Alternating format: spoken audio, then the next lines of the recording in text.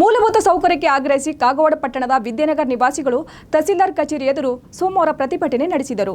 ವಿದ್ಯಾನಗರದಲ್ಲಿ ಒಳಚರಂಡಿ, ಬೀದಿ ದೀಪ ಸೇರಿದಂತೆ ನೀರು ಸರಬರಾಜಿಗೆ ವ್ಯವಸ್ಥೆ ಕಲ್ಪಿಸಿ ಎಂದು ವಿದ್ಯಾನಗರದ ನಿವಾಸಿಗಳು ಜೈ ಕರ್ನಾಟಕ ಸಂಘಟನೆ ಬೆಂಬಲದೊಂದಿಗೆ ಪ್ರತಿಭಟನೆ ನಡೆಸಿದರು.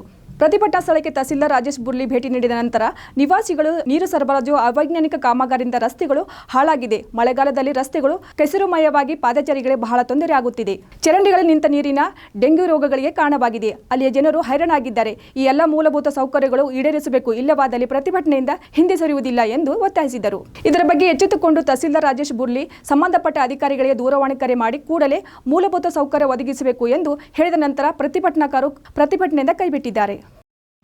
ಅದನ್ನೇ ನೀವು ಹೇಳಿಬಿಡಿ ಇನ್ನೊಮ್ಮೆ ಅವರಿಗೆ. ಮಾತಾಡಿ ನೀವು.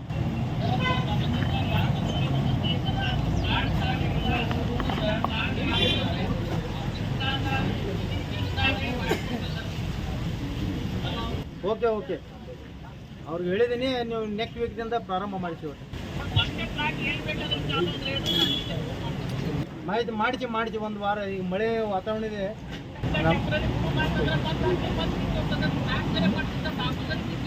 ಬೇಡ ಮೂರಂ ಬೇಡ, ಒಂದು ಪರ್ಮನೆಂಟ್ ಮಾಡಿಬಿಡಿ. ಒಂದು ನಾಲ್ಕು ಹೆಚ್ಚು ಕಡಿಮೆ ಆಗ್ಲಿಕ್ಕೆ ಬಟ್ ಒಂದು ವೀಕ್ದಾಗ ಕ್ಲಿಯರ್ ಮಾಡಿ.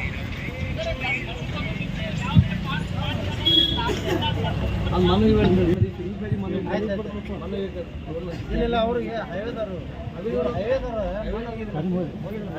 ಅನುಕ್ಷಣ ಸುದ್ದಿಗಾಗಿ ನೋಡ್ತಾ ಇರಿ ಉತ್ತರ ಕರ್ನಾಟಕ ಸುದ್ದಿವಾಹಿನಿ.